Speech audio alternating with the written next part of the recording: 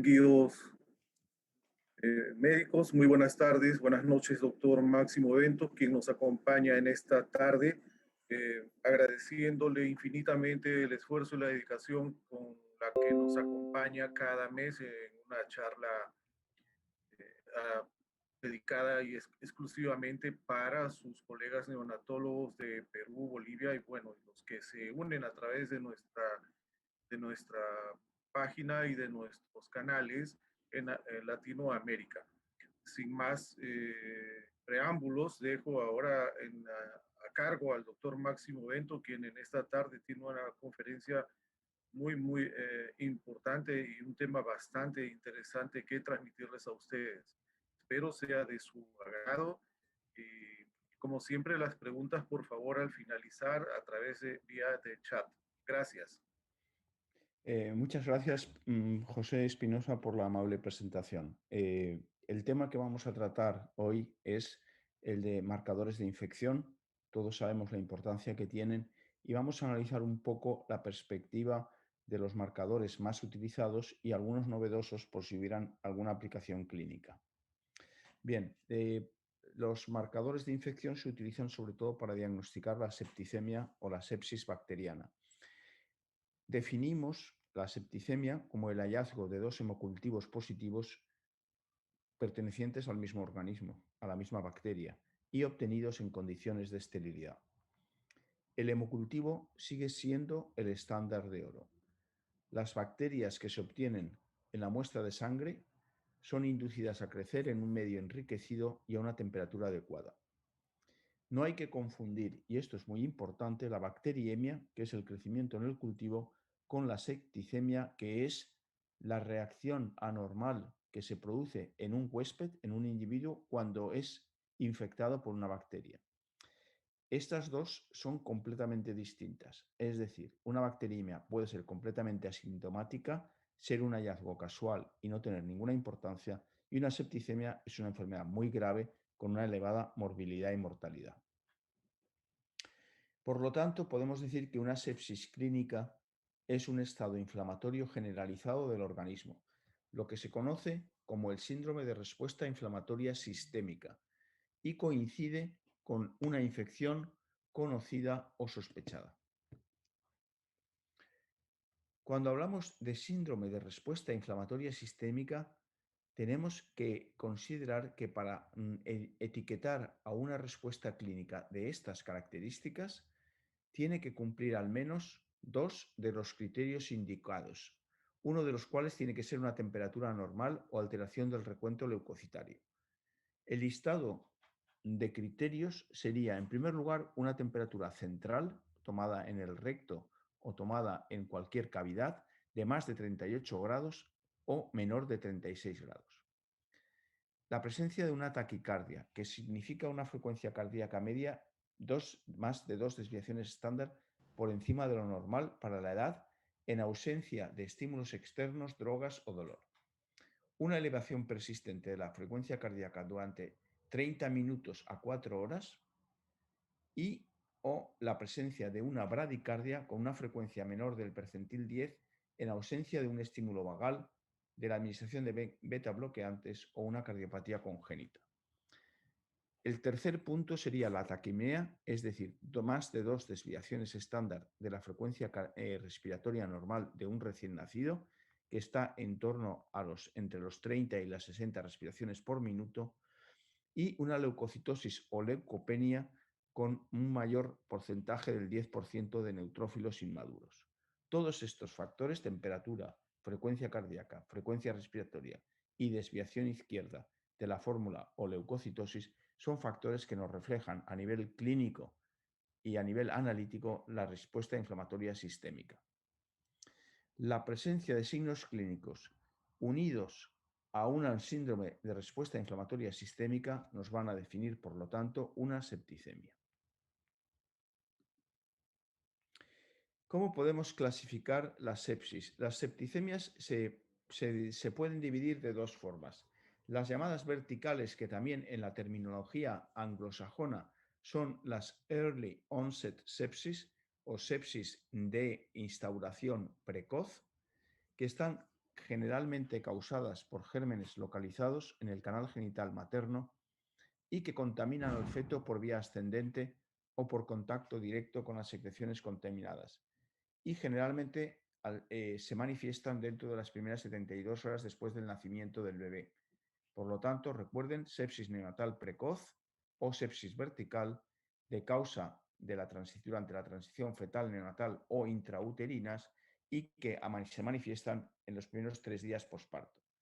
Y luego tenemos la llamada sepsis horizontal o nosocomial, o también en la terminología anglosajona late onset sepsis, que es la que se adquiere en el contexto de un ingreso hospitalario y es causada por gérmenes que colonizan al recién nacido a través del personal sanitario, sobre todo de las manos, materiales diagnósticos o terapéuticos, métodos invasivos, sondas, tubos endotraqueales, trócares torácicos, punciones para obtener muestras sanguíneas, goteros, etc. En nuestro Hospital Universitario de la Fe hicimos una revisión de 2005 a 2014 y tuvimos una incidencia de sepsis vertical de 1,1 cada 1000 nacidos vivos y de sepsis nosocomial de 3,5 por 100 ingresados. Estas últimas cifras, la de la sepsis nosocomial, la estamos reduciendo significativamente con la introducción de los métodos llamados de bundle approach, o sea, una serie de medidas establecidas para reducir las infecciones. Ese puede ser el objeto de otra charla en el futuro. La incidencia en menores de 1.500 gramos, la primera incidencia que les marco es en general, pero cuando vamos a niños pequeños, a niños prematuros con muy bajo peso, nos encontramos con que la sepsis vertical se multiplica por 17 y tenemos 17,5 por 1000 nacidos vivos y se multiplica hasta 28 por cada 100 ingresados, es decir, prácticamente más del 25% de los niños ingresados tienen en un momento determinado, con niños prematuros, una sepsis nosocomial. La mortalidad es de 8,7 en general, cada 100 niños infectados, es decir, casi un 9% de los niños con sepsis vertical fallecen, independientemente de la edad de gestación, y 11,8 por cada 100 infectados por sepsis nosocomial. Por lo tanto, cuando hablamos de prematuros, vemos que estas cifras se multiplican importantemente, sobre todo en la sepsis vertical, que tiene una mortalidad del 30% cada 100 infectados y del 17,3% cuando es nosocomial. Por lo tanto, ambas son infecciones serias, complejas y de gran trascendencia en cuanto a la mortalidad y a la morbilidad. Nosotros podemos trabajar e influir mucho en la sepsis nosocomial, pero estamos más condicionados en la sepsis vertical, ya que el control de la gestación es por parte del obstetra y es un proceso más complejo de controlar que en el paciente hospitalizado prematuro. ¿Cuáles son la etiología y los factores de riesgo? Cuando hablamos de sepsis neonatal precoz, la que hemos dicho antes, la vertical, la de menos de 72 horas, fundamentalmente nos vamos a encontrar con la Escherichia coli.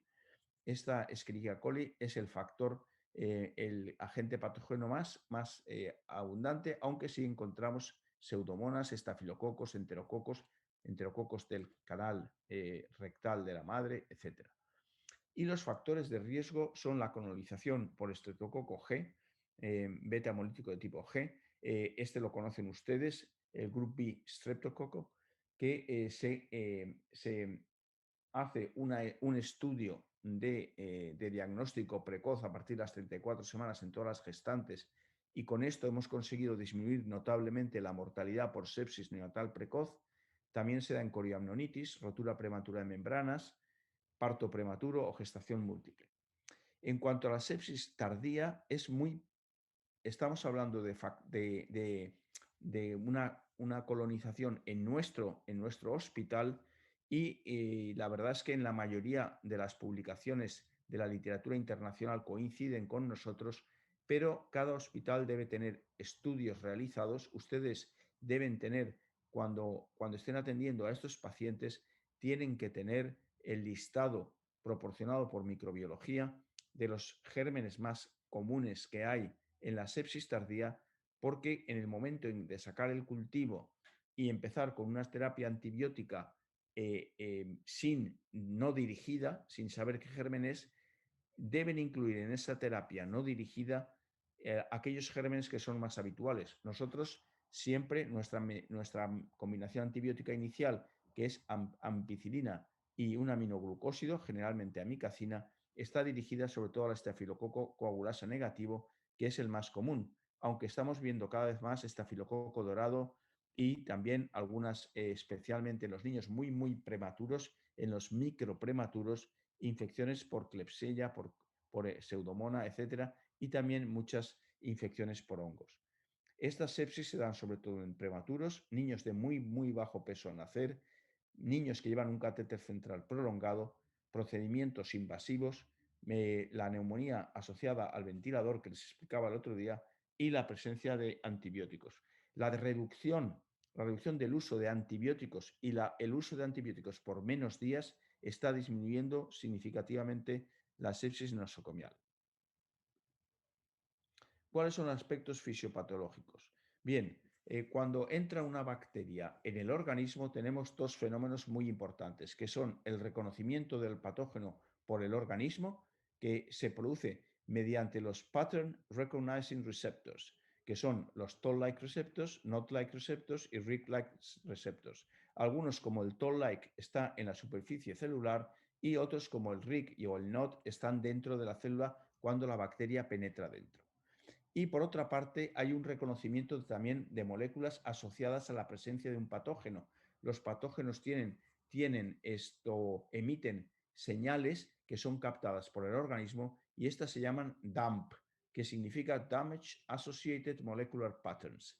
Estos dos factores influyen sobre nuestro ADN en determinadas zonas del genoma que son los elementos responsivos. Y estos elementos responsivos van a activar la expresión de los genes que dan lugar a la síntesis de las citoquinas.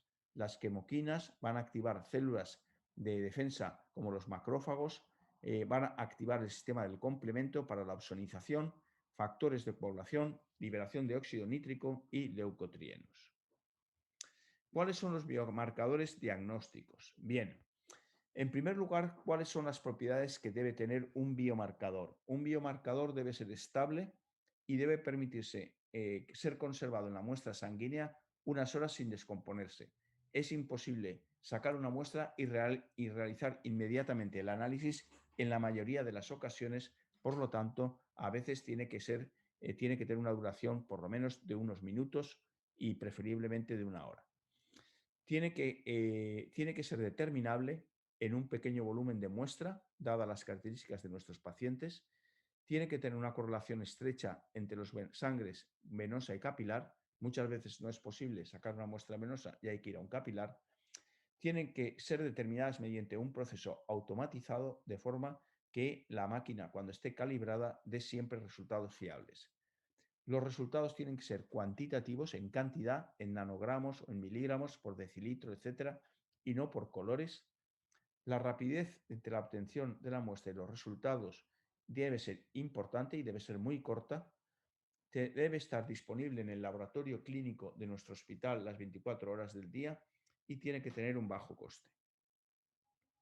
Aquí les hago un esquema de todo lo que podríamos resumir que se utiliza habitualmente en muchos centros para el diagnóstico de la infección. Vayamos por partes. Tenemos aquí en el panel de la izquierda la infección tisular. La infección produce un daño tisular y, como he dicho, activa el ADN del individuo y da lugar a la liberación de citoquinas. Citoquinas que son las interleuquinas y el factor de necrosis tumoral. Y estos activan la liberación de la interleuquina 6. La interleuquina 6 es el marcador de uso corriente más habitual y más rápido y que aumenta con más facilidad y que se detecta precozmente. Tiene el problema de que también desaparece rápidamente. La infección y el daño tisular dan lugar a la atracción de los macrófagos y los macrófagos van a liberar la procalcitonina. Por otra parte, también la infección y el daño tisular aumentan el recuento leucocitario la aparición de neutrófilos y entonces la detección de los marcadores de superficie en los neutrófilos CD64 y CD11B pueden ser utilizados como marcadores precoces de infección. Por otra parte, las interleuquinas van a activar en el hígado la formación de los llamados reactantes de fase aguda. Entre ellos, los más importantes o los más utilizados por nosotros son la proteína C reactiva y la procalcitonina, pero hay en Estados Unidos, por ejemplo, hay centros que usan el amiloide sérico A o la aptoglobina o el fibrinógeno. Estos factores reactantes de fase aguda van a ser los que van a activar el complemento, la funcionalidad de los fagocitos y un componente claves del metabolismo lipídico. Aquí tienen ustedes todos los potenciales biomarcadores en esta revisión muy reciente que les recomiendo, que aquí tienen la proteína C reactiva, procalcitonina, el síndrome amiloide, la fibronectina, neopterina, interleuquina 6, interleuquina 8, etc. Por lo tanto, ven que hay numerosos marcadores disponibles. Y aquí tienen los que se utilizan con más frecuencia en esta tabla, entre ellos, como pueden ver, los marcadores, la PCT, la procalcitonina, la aptoglobina, la fibronectina, los marcadores de superficie de los neutrófilos y luego aquí tienen novedosos, el que les he dicho, el serum amiloide alfa, el TREM, y el factor de necrosis tumoral. La mayoría de estos que les pongo aquí son experimentales y solamente se usan de momento en investigación por investigadores de infecciosas. Vamos a ir a los más sencillos. Todos usamos el recuento y fórmula leucocitaria. Cuando hay una leucopenia intensa y una que se acompaña de neutropenia,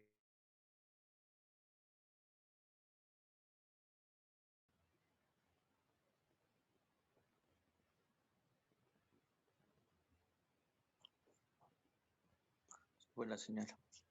¿sí? ¿Me oyen? Sí, doctor Bento, ahora sí. Disculpe, Sí, no sé doctor. qué pasó. ¿Tengo que volver atrás o no? Unos 2 minutos. Diga. 2 minutos. No, me Porque refiero si las diapositivas la anteriores las han... diapositiva está perfecta, está en recuento de fórmula. Estaba Vale, usted vale, dando vale, la pero explicación. me refiero a lo que he dicho anteriormente, sí que lo han oído. Yo pensaría que sí, doctor. Solo se cortó por unos 30 o 40 segundos. Si quieren, vuelvo a la anterior y la explico que es importante. Gracias, doctor. Muy gentil. ¿Esta de aquí la han visto? ¿Esta lo han oído? Sí. Sí. ¿Esta sí? Vale, esta es la más importante. Esta es la más importante porque es un panorama general de lo que se produce cuando hay una infección. Si esta la han visto, las otras será simplemente, en esta les quería poner un listado de todos los marcadores que hay de infección y aquí pone el tipo de marcador y aquí pone la funcionalidad fisiológica, las condiciones expresadas y la especificidad y sensitividad. La mayoría de estos no los usaremos habitualmente en la clínica. Serán más para hacer estudios experimentales. Los estudiamos en investigación y muchos de ellos, cuando ya llevan un tiempo utilizándose en investigación, en ese caso ya pasan a ser utilizados en la clínica. Y aquí sería exactamente lo mismo. Bien, vamos a ver con el recuento y fórmula leucocitaria, que es algo que conocen ustedes perfectamente y que se realiza habitualmente cuando uno sospecha una infección. Bien, es importante que recuerden los dos artículos que pongo aquí abajo de 2014 y 2017 porque ahí describen en más de 100.000 muestras de recuento y fórmula la fiabilidad de este método. Cuando hay una leucopenia intensa y una neutropenia o cuando hay cociente neutrófilos inmaduros, neutrófilos totales que está disminuido, entonces la infección está aumentada con un odds ratio, es decir, con una probabilidad de 6 a 8 veces mayor. Sin embargo, la sensibilidad de esta prueba y la especificidad son bajas y un valor predictivo positivo bajo, pero un valor predictivo negativo alto. Es decir, cuando esto ocurre, es muy probable que no haya, que haya una, es más probable que nos equivoquemos porque pensamos que hay una septicemia y no la haya, que al contrario. Podemos estar tranquilos que cuando esto ocurre, el valor predictivo negativo es muy alto. Sin embargo, no nos orienta correctamente, sobre todo en los grandes prematuros, hacia la presencia de una septicemia, excepto en casos muy extremos. Por lo tanto, no se recomienda como un discriminante habitual. En el caso de que haya un recuento leucocitario, tiene importantes limitaciones. Por lo tanto, nosotros lo que hacemos es asociar el recuento leucocitario a la determinación de otros marcadores, como puedan ser la proteína C reactiva, por ejemplo, de forma seriada, que yo les explicaré a continuación. Este esquema, que es de mi colaboradora, la doctora Cernada, que fue publicado en 2010, demuestra los 3 o los 4 marcadores más importantes que utilizamos. Aquí tienen la interleuquina 6, la procalcitonina y la PCR, cómo cursan en el individuo con una infección. La interleuquina 6 se produce muy rápidamente en el momento de la infección, muy rápidamente, pero también desciende muy rápidamente. Es decir, que en las primeras 10 horas sube y baja, con lo cual, a no ser que sea una sospecha muy aguda de una septicemia que se inicia bruscamente, es difícil de detectar. Nosotros la utilizamos sobre todo para las sepsis verticales.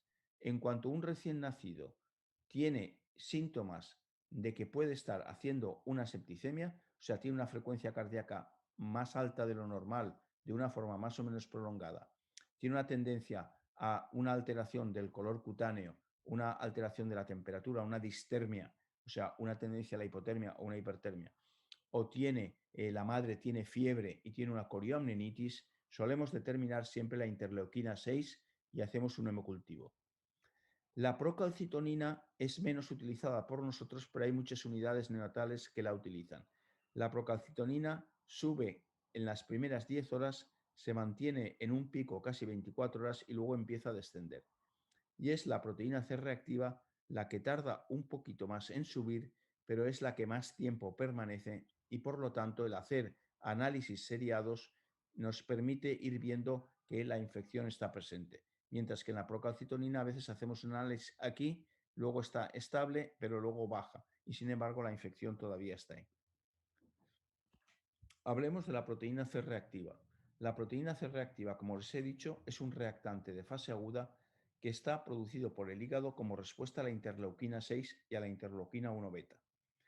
Es importante porque activa el complemento y saben que esto hace que se atraiga a los fagocitos a la primera línea de defensa. Una vez el complemento se fija a la bacteria, este es un quemoatractante que hace que los leucocitos vayan a la zona donde está la infección. Tiene una respuesta entre las 10 y 12 horas y una vida media de 24 a 48 horas. Y la sensibilidad va a depender del momento de la terminación. Demasiado pronto no es sensible y demasiado tarde es menos sensible, pero en medio es muy sensible. Por lo tanto, siempre se recomiendan las determinaciones seriadas. Hacer varios controles cuando hay una sospecha de infección aumentan la especificidad diagnóstica, descartan la infección en caso de que vaya descendiendo sin aparición de síntomas importantes y evalúan la respuesta al tratamiento. Esto es muy importante.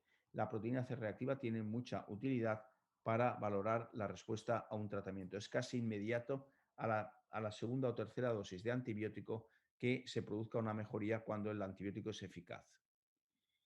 Las limitaciones, pues es una respuesta tardía, quisiéramos que fuera como la interleuquina 6, que responde rápidamente, tiene un ascenso fisiológico en los primeros días de vida, hay un aumento de la PCR en todos los bebés los primeros días y tiene una variabilidad dependiente de factores como lo que les pongo aquí, por ejemplo, el tipo de parto, la cirugía, la síndrome de aspiración meconial, traumatismos, isquemia, coriamnionitis, rotura prematura de membranas, asfixia, etc. Los prematuros tienen menor respuesta que los nacidos a término y es difícil encontrar rangos de normalidad y los tenemos que elaborar nosotros mismos en nuestros hospitales mediante la determinación en sangre de cordón, por ejemplo, o cuando se hacen las pruebas metabólicas en recién nacidos completamente normales, hacer determinaciones de PCR a cientos y cientos de niños para tener unos rangos de normalidad. Y luego tenemos en la actualidad una nueva PCR que se llama PCR ultrasensible, que tiene un cutoff de menos de 1 miligramo por litro, y esa parece que promete ser un marcador diagnóstico muy eficiente. Aquí tienen una gráfica muy interesante que les muestra la fiabilidad, la sensibilidad y especificidad después del inicio de la sepsis. Vemos que la sensibilidad va a ir aumentando a medida que pasan las horas, es la línea azul, y a partir de las 8, 24 y 48 horas ha ido subiendo. Mientras que la especificidad, siendo muy alta en un principio, va a ir bajando con el paso del tiempo. Los estudios realizados en la sepsis neonatal precoz, en la que dijimos que era menos de 72 horas, con la PCR, la proteína C reactiva, muestran en este panel, en la parte superior, las determinaciones de las seriadas en la sepsis comprobada. En la sepsis comprobada ven que se va mejorando la sensibilidad desde la primera determinación a la segunda y a la tercera. Y cuando se consideran las tres en conjunto es cuando tenemos una mayor sensibilidad. Y cuando hay una sepsis sospechosa, tenemos que realizar controles seriados y ver cómo en los controles seriados la especificidad, no la sensibilidad, sino la especificidad, también se ve elevada hasta prácticamente el 99% cuando hacemos determinaciones seriadas. Por lo tanto, tenemos que considerar que cuando tengamos una sospecha de una sepsis por factores de tipo predisponentes, o porque la enfermera ve que el niño no tiene un aspecto normal, tiene restos en el estómago, tiene una circulación periférica marmórea, etcétera, hacer 3 controles de PCR seguidos muchas veces nos van a hacer el diagnóstico de la septicemia. En la sepsis tardía ocurre exactamente igual. Los controles seriados de PCR, 3 controles seriados, nos incrementan notablemente la sensibilidad y la especificidad. Y aquí lo ven igual que hemos visto en la diapositiva anterior. También tenemos aquí en esta diapositiva, en caso de la enterocolitis necrotizante, ocurre exactamente lo mismo. Cuando hay una enterocolitis necrotizante, la determinación seriada, cuando empieza a haber un hilio, un pequeño hilio, una pequeña distensión intestinal, una alteración de factores como un aumento de la frecuencia cardíaca, etcétera, signos indirectos precoces, el hacer 2-3 PCR seguidas nos van a indicar la necesidad de hacer un hemocultivo y empezar con antibióticos. La procalcitonina es el segundo marcador que les quería comentar. Es también un reactante de fase aguda producida por hepatocitos y macrófagos. Se inicia su producción, se detecta ya a las 4 horas y el pico se alcanza sobre las 6 a 8 horas, permaneciendo 24 horas. Y tiene una gran sensibilidad y especificidad de entre un 83% de sensibilidad y casi un 100% de especificidad. ¿Cuáles son las ventajas? Pues que permite detectar la sepsis de forma precoz, aumenta significativamente tanto en sepsis como en enterocolitis, no se ve influida por traumatismos, virus, aspiración de meconio, hipoxemia, permite predecir complicaciones y respuesta al tratamiento, y su sensibilidad y especificidad son superiores a la PCR si se establecen cut-offs diferentes a las 24 y 48 horas posparto. Es decir, el cut-off a las 24 horas y el cut-off a las 48 horas deben ser diferentes y deben ser validados por los laboratorios de sus hospitales. Ustedes tienen que tener esa validación para saber en qué cifras se mueven ustedes, porque probablemente el método, la técnica que ustedes usan y la que yo uso no son exactamente iguales y por lo tanto las cifras que yo les pueda proporcionar no van a ser las que ustedes van a ver con sus métodos. Las limitaciones, esto es en primer lugar la variación de su concentración, que ocurre en situaciones de reanimación, corionitis sin infección rotura prematura de membranas, administración de antibióticos y extremado bajo peso. La procalcitonina en la sepsis nosocomial. Este estudio que les voy a comentar, que fue un estudio realizado por Auriti en 2011, tenía como objetivo investigar la precisión de la procalcitonina en sepsis nosocomial y determinar qué valores de cutoff eran como digamos, precisos y aportaban una gran sensibilidad y especificidad. Prospectivo observacional, el estudio incluyó a 762 neonatos de 6 unidades de cuidados intensivos y se estudiaron los valores predictivos positivos y negativos con diferentes cutoff, o sea, puntos de corte. Aquí tienen los 762 pacientes, de los cuales 65 estaban infectados, hubo 78 episodios sépticos, 41 tuvieron sepsis clínica, es decir, con hemocultivo negativo, y 37 con hemocultivo positivo. El caso de pacientes no infectados, el cutoff máximo fue de 0,49 nanogramos por mililitro y aquellos que estaban infectados tuvieron un cutoff máximo de PCT de 3,58, es decir, aproximadamente unas 6 a 8 veces mayor el cutoff positivo del negativo. Cuando estudiaron aquellos pacientes que habían tenido hemocultivo negativo, el cutoff máximo fue de 2,27. Y cuando el hemocultivo fue positivo, el cutoff máximo fue 5 veces superior. Es decir, que en los ingresos, cuando ustedes estén haciendo análisis de rutina en pacientes con sospecha de infección, pero que no tienen una sepsis clínica, tienen que esperar a que el cutoff suba aproximadamente a 3 y pico para sospechar que están infectados.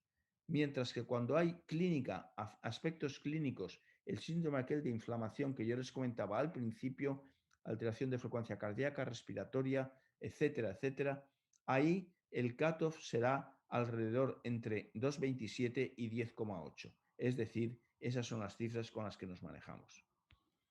Y en el caso de la sepsis nosocomial, tendríamos que tener, como dijimos, cutoffs en niños de muy bajo peso de más de 2,4. Esto nos va a dar una elevada sensibilidad y especificidad. Y en niños con un peso normal, también una cifra similar. Por lo tanto, recuerden, procalcitonina más de 2,4, como enseñaba en la diapositiva anterior, para el cutoff.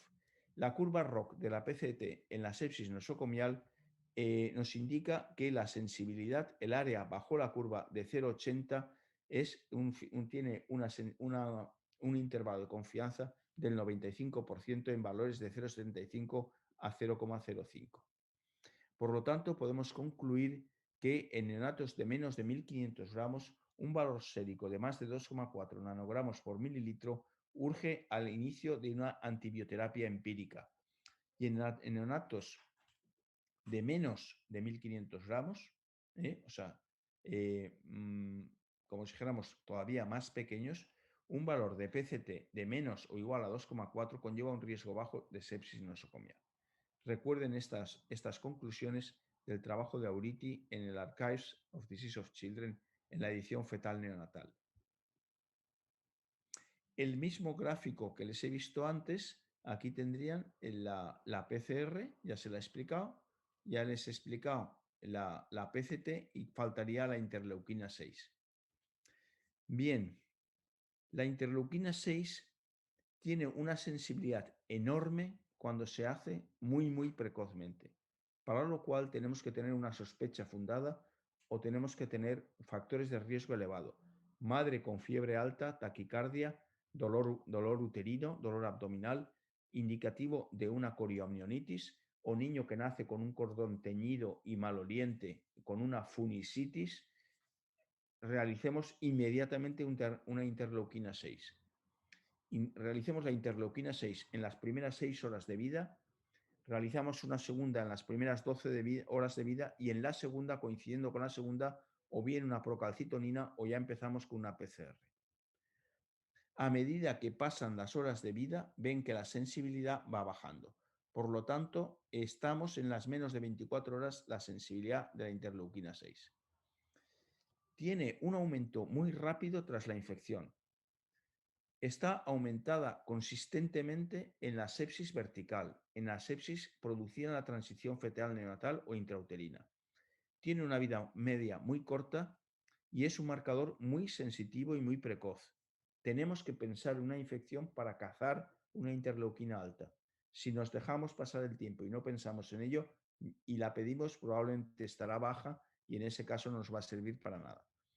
La combinación que les he dicho, interleuquina 6 precoz y la PCR a las 48 horas, son una combinación perfecta.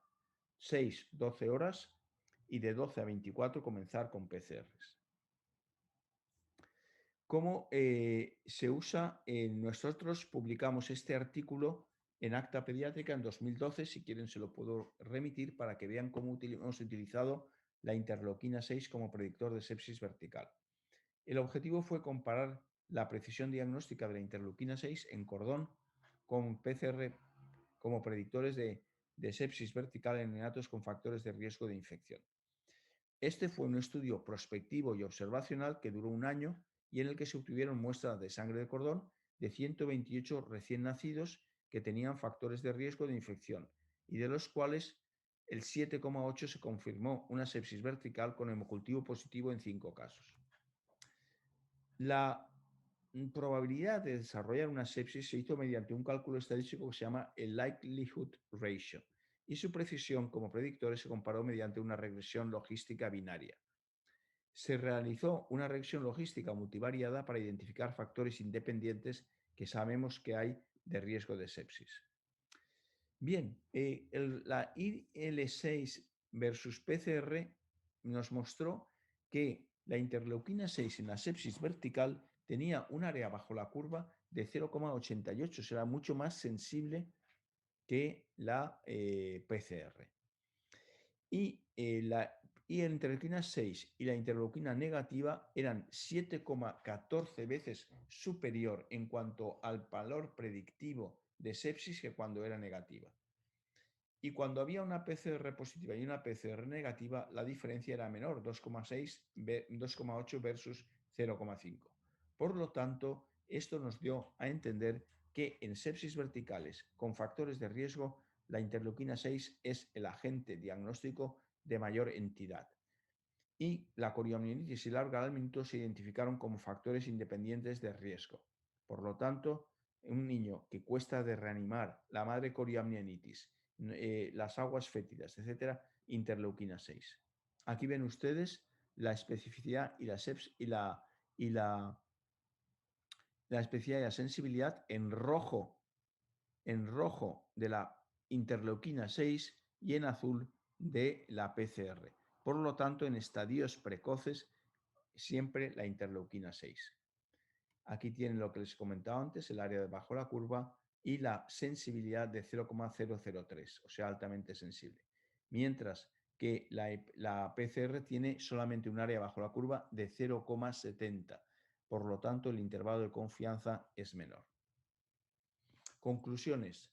Los valores de interleuquina 6 en sangre de cordón en neonatos con factores prenatales de riesgo de sepsis vertical tienen una mayor fiabilidad que la PCR. La implementación de la determinación de interleuquina en la sala de partos podría facilitar, y de hecho así nos ocurre a nosotros, que ya la hemos instituido como una norma en la sala de partos, la toma de decisiones en el manejo de neonatos con riesgos de sepsis vertical o sepsis neonatal precoz o early onset sepsis. Finalmente, la última parte voy a simplemente explicarles nuestros estudios de investigación. Esto ya es una investigación, como si dijéramos, a otro nivel, en el cual hemos publicado en Pediatrics hace unos años un artículo y ahora acabamos de publicar 2 artículos más, uno en Scientific Reports y el otro lo acabamos de publicar ahora también en Journal of Perinatology, y que lo que estamos usando es la expresión amplia del genoma, lo que se llama el Genome Wide Expression Analysis, en neonatos de bajo peso y septicemia. lo que se hace es lo siguiente. Para analizar los perfiles de expresión de los genes que se producen cuando hay una infección por una bacteria. La bacteria, como hemos dicho anteriormente, llega al organismo, se mete por la sangre y llega a los tejidos y se une a receptores celulares. Estos receptores celulares activan la expresión por parte del DNA, del núcleo celular, produce mRNA, mensajero. Y el mensajero nosotros lo determinamos por una técnica que se llama RT-PCR. Esta PCR no tiene nada que ver con la anterior. Esto es Polymerase Chain Reaction. Es la que le están haciendo ustedes para el diagnóstico del coronavirus. Esto lo colocamos en lo que se llama un heatmap, que el heatmap nos pone toda la expresión de genes que se han activado por acción de la bacteria.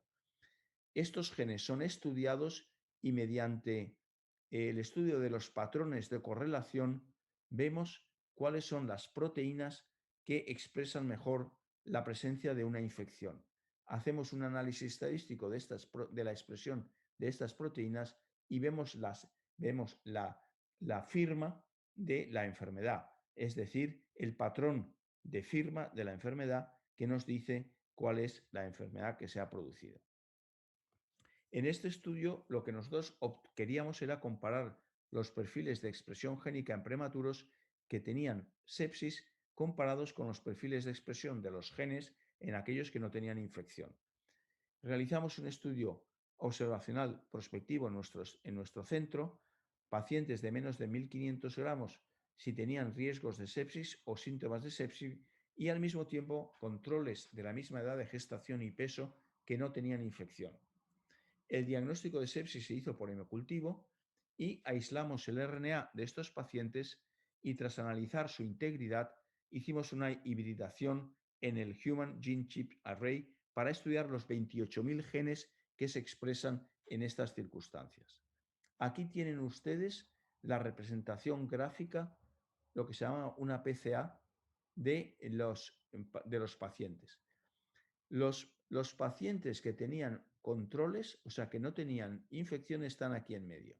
Vean ustedes en rojo los que tenían una infección por gram negativos, cómo se separan muchas bolitas de estas que expresan los grupos de genes, los clústeres de genes, cuando había una sepsis gram negativa, y aquí arriba en morado los sepsis por gram negativos.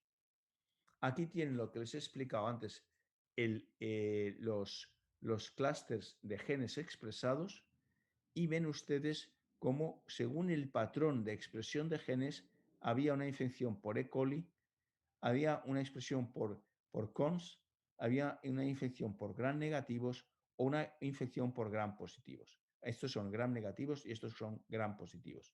Por lo tanto, por el patrón de expresión de genes, podíamos detectar en esa muestra de sangre si estaba infectado por un gram positivo, por un gram negativo e incluso en algunas ocasiones, sin necesidad del hemocultivo, poder saber cuál era el germen que estaba produciendo la infección.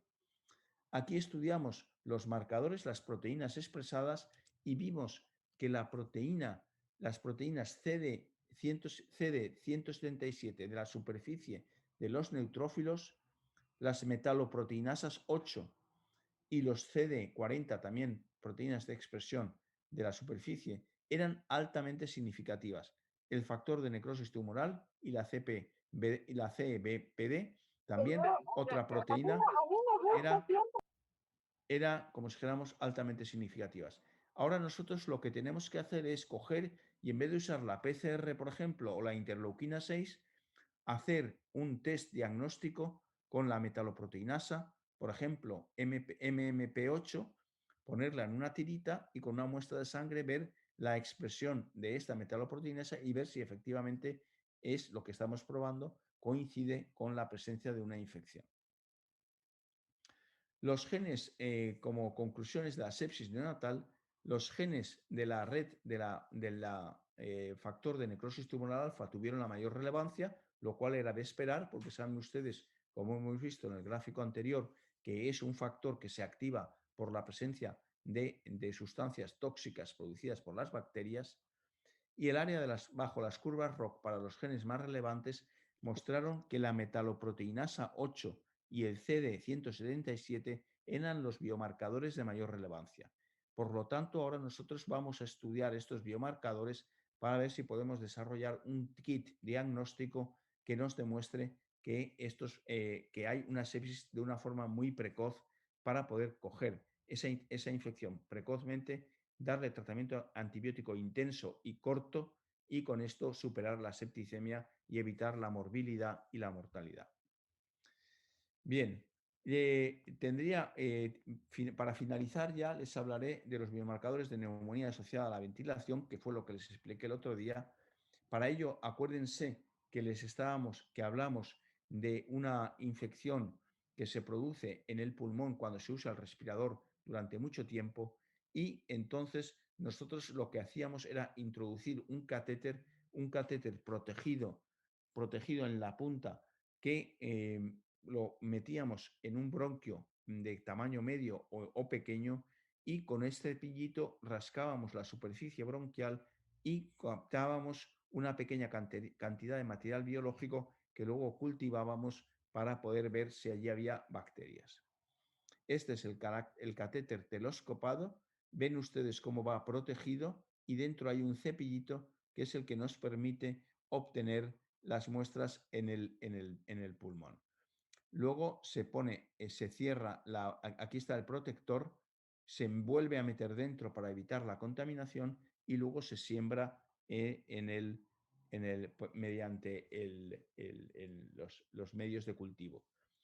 Determinamos una serie de factores de citoquinas, lo que llamamos un estudio multiplex, y este estudio multiplex, mediante esa pequeña muestra que hemos obtenido del pulmón, nos permite determinar todos estos factores, las selectinas, todas las interleuquinas, los factores tumorales, el alfa, el alfa, el gamma, el interferón alfa y las interleuquinas de todo tipo, así como los factores atractantes o atractantes de los macrófagos.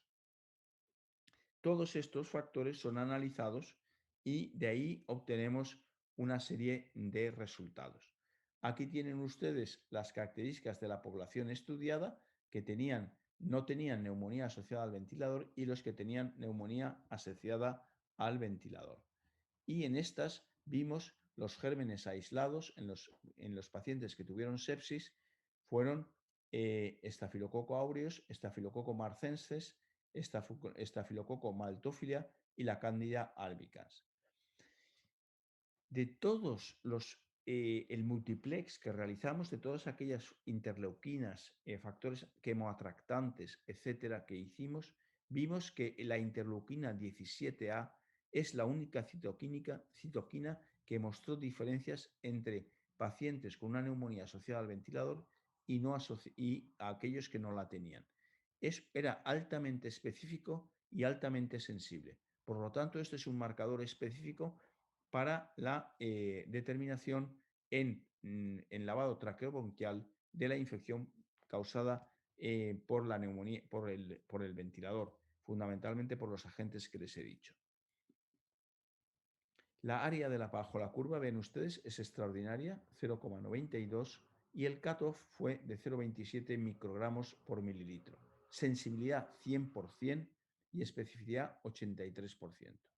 Por lo tanto, es un marcador extraordinariamente sensible para cuando tengan ustedes una neumonía asociada al ventilador, si no tienen, antes de que ustedes reciban los resultados de bacteriología, si hacen una determinación de interleuquina 17A que se hace en un momento, pueden ustedes empezar con un tratamiento antibiótico. Y desde luego, si conocen la flora bacteriana habitual de su hospital, empezar ya con un tratamiento dirigido a esas bacterias y, por lo tanto, cortar rápidamente el proceso infeccioso. Conclusiones. La interleuquina 17A es capaz de discriminar entre pacientes con patología pulmonar que desarrollan neumonía asociada al ventilador y las que no lo desarrollan podría ser utilizada en el futuro como un marcador diagnóstico precoz y se deberían hacer un estudio con mayor número de pacientes. Es difícil, pero les conmino y les animo a que hagan un estudio multicéntrico estudiando esta interleuquina en pacientes con neumonía asociada al ventilador. Y este es el equipo mío, como les enseño siempre, con los que colaboran conmigo en la realización de todos estos estudios. Y muchísimas gracias por su atención. Muchísimas gracias, doctor Bento, por la conferencia magistral que nos ha brindado. Hay una pregunta de la doctora Noemí Aldana. Dice, intervalo de tomas de muestras para PCR seriada. Sí, nosotros las hacemos cada 12 horas. Cada 12 horas.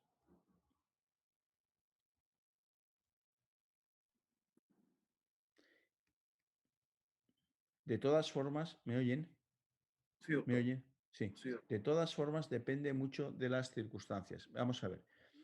Cuando hay una sospecha de sepsis inicial, usted puede hacer la PCR cada 8 horas y ver si sube o no sube. Si está subiendo a una velocidad rápida, ya no hace falta repetirla tantas veces, ya puede espaciarla cada 24 horas. En las primeras fases sí que recomiendo que sea como mínimo cada 12 horas, porque eso nos va a dar lugar como digamos, a resultados mejores. Es importante también a veces cuando está uno dando un tratamiento antibiótico, al principio cuando inicia el tratamiento antibiótico, mantener los controles de PCR para ver si hay una buena respuesta antibiótica y entonces disminuye la PCR. Listo, doctor. Una segunda pregunta. Para lo de neumonía asociada al ventilador, ¿cuándo hay Sí. que hacer el cepillado bronquial? Bien, la realización del estudio traqueobronquial con el catéter protegido es una técnica que no es fácil. Quiero decir que no se tiene que entrenar uno y lo ideal es esto aprender en un centro donde se haga habitualmente, porque tiene que ser un paciente con sospecha. Nosotros, cuando hay un cambio cuando un paciente que está intubado y con un ventilador empieza a tener dificultades, retiene carbónico, las secreciones cambian de aspecto, tiene alguna distermia, etcétera, etcétera, cuando vemos que se desacopla, sospechamos, hacemos una radiografía y entonces hacemos el estudio traqueobronquial. Esto es una de las rutinas que seguimos. Si ustedes recuerdan mi primera charla relativa a la neumonía asociada al ventilador, tenía un esquema que les mandé el artículo de Neonatology, había un esquema allí donde ponía exactamente cómo deben proceder. Doctor, la doctora Alexandra Quiñones pregunta, ¿la PCR y procalcitonina serían marcadores que nos dirijan rote de antibiótico? ¿Qué sería? Perdón, que no sé. Serían rote de antibiótico, o sea, serían marcadores que nos dirijan rote de antibiótico, la PCR y la procalcitonina. O sea, si se refiere rote a cambiarlo. Sospecho que sí, para cambio de antibiótico sería Claro. un Si indicador. ustedes están utilizando un antibiótico, no ven una respuesta clínica y sobre todo ven que la PCR se mantiene alta o sigue subiendo, es indicativo de cambiar. Lo que tienen que hacer es suprimir el antibiótico, sacar otro hemocultivo, y entonces cambiar los antibióticos.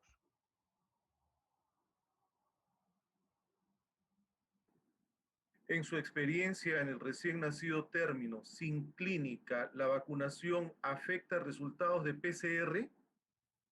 Sí, porque produce un proceso inflamatorio. Como han visto, todos los marcadores que utilizamos son los reactantes de fase aguda. Y entonces sí, en cuanto hay cualquier inflamación, la PCR puede subir aunque no sea causada por una infección. Puede subir por otros factores proinflamatorios. Listo, doctor. Los hemocultivos o el hemocultivo en sepsis, ¿qué tanta sensibilidad presenta? Sí, básicamente en el neonato, en el cual podemos sacar muy poca muestra de sangre, porque realmente el problema que tenemos con los neonatos y estamos haciendo estudios genéticos para ver si con muy poca muestra podemos detectar las bacterias, el hemocultivo tradicional requeriría una muestra de 2 o 3 mililitros de sangre para que el bacteriólogo pudiera obtener resultados. Y eso que han mejorado muchos los sistemas de cultivo y en la actualidad con mucha menos sangre pueden obtener bacterias, pero aún así hay contaminación a veces no hay bastante muestra, a veces hay problemas técnicos.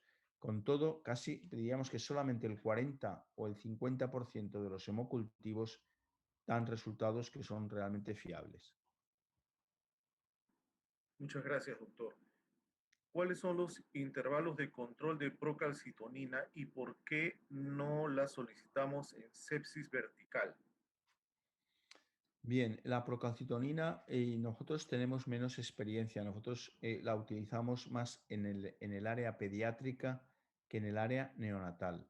Por lo tanto, en neonatos sí que hay centros y hay grupos que la utilizan mucho y su utilización es muy parecida a la PCR. La diferencia es que sube antes y baja antes, con lo cual, a veces si no está uno muy seguro de que está ese paciente tiene una infección, si no hay factores de riesgo o de sospecha elevados, se nos puede pasar el tiempo, el plazo en el cual la PCR está elevada y entonces llegar a un punto en el que no nos sirva como dato diagnóstico. Por lo tanto, lo mejor, como siempre, es que se acostumbren a manejar un marcador y yo les diría que ante la sepsis vertical, si hay datos precoces, utilicen dentro de las primeras 6 horas la interleuquina, entre las 6 y las 20, entre las 6 horas la interleuquina al primer control y el segundo a las 12. Entre las 12 y las 48 horas procalcitonina y entre las 24 y las 72 horas la PCR. Ese sería un poco el esquema. Muchas gracias, doctor. Doctor Jorge Guiartayo pregunta, ¿en la toma de PCR aún siguen variando los valores según la hora de vida? Sí, sí, hay una cierta variación, sí.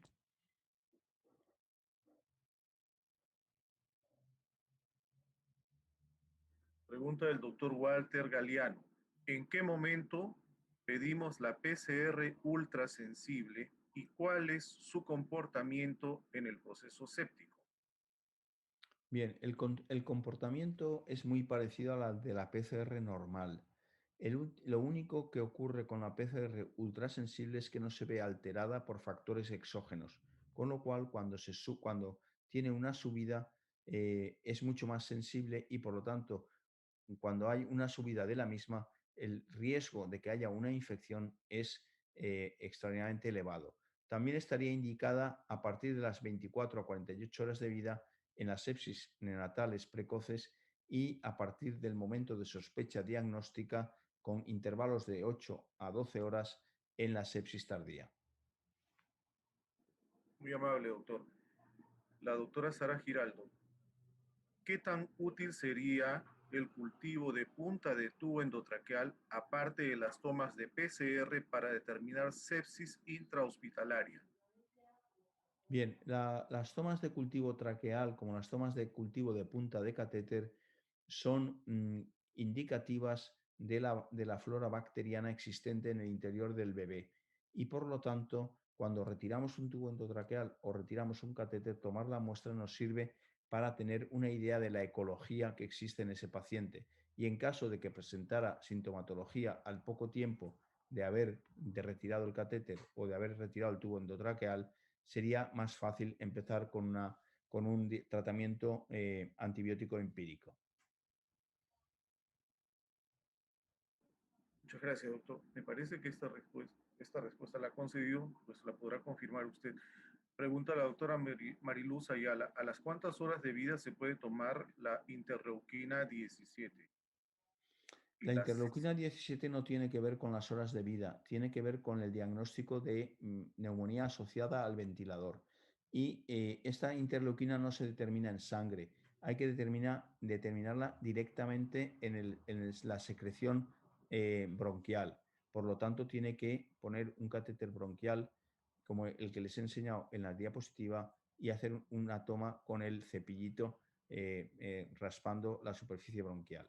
La interleuquina 6 se puede hacer inmediatamente después del parto. En sangre de cordón, incluso si hay una madre que tiene un cuadro de coriamnionitis, fiebre, dolor uterino, tensión uterina, etcétera, si hay un cuadro claro de posible infección fetal, entonces nosotros a veces sacamos la sangre directamente de cordón y la primera determinación es la de cordón. Muchas gracias, doctor. Pregunta del doctor Érico Ciesa. ¿Hasta cuántas horas de vida, paréntesis, la última PCR, y cuántas PCR negativas podemos retirar antibióticos en una infección vertical? Bien, si es una sospecha, entonces, porque es distinto que sea una sospecha que sea un diagnóstico de sepsis vertical, que nos haya llegado el hemocultivo a las 48 horas, un hemocultivo positivo. Si es una sospecha, hacemos una determinación a las 12 horas, otra a las 24 y a las 36. Si va descendiendo y el niño tiene buen aspecto, retiramos antibióticos. Si hay una infección demostrada, entonces tenemos que dar como mínimo 3 días de tratamiento y a partir del tercer día, si el niño está en buen estado y la PCR disminuye, entonces podemos retirar los antibióticos. Muchas gracias, doctor. Dos preguntas, bueno, tres preguntas finales. La primera es, ¿cuál es la experiencia o la referencia con la expresión del neutrófilo CD64 en sepsis como biomarcador? Es un biomarcador excelente, es un biomarcador precoz y excelente. Lo que pasa es que no está comercializado, la comercialización no ha sido excesiva, tampoco se ha publicado demasiada literatura al respecto y como la PCR se usa en distintas edades y en distintas circunstancias, ha sido lo que al final ha prevalecido. Pero es un buen biomarcador. Muchas gracias, doctor. Doctor Walter Galeano, ¿la par ultrasensible es cara? Sí, es bastante más cara que la que utilizamos normalmente.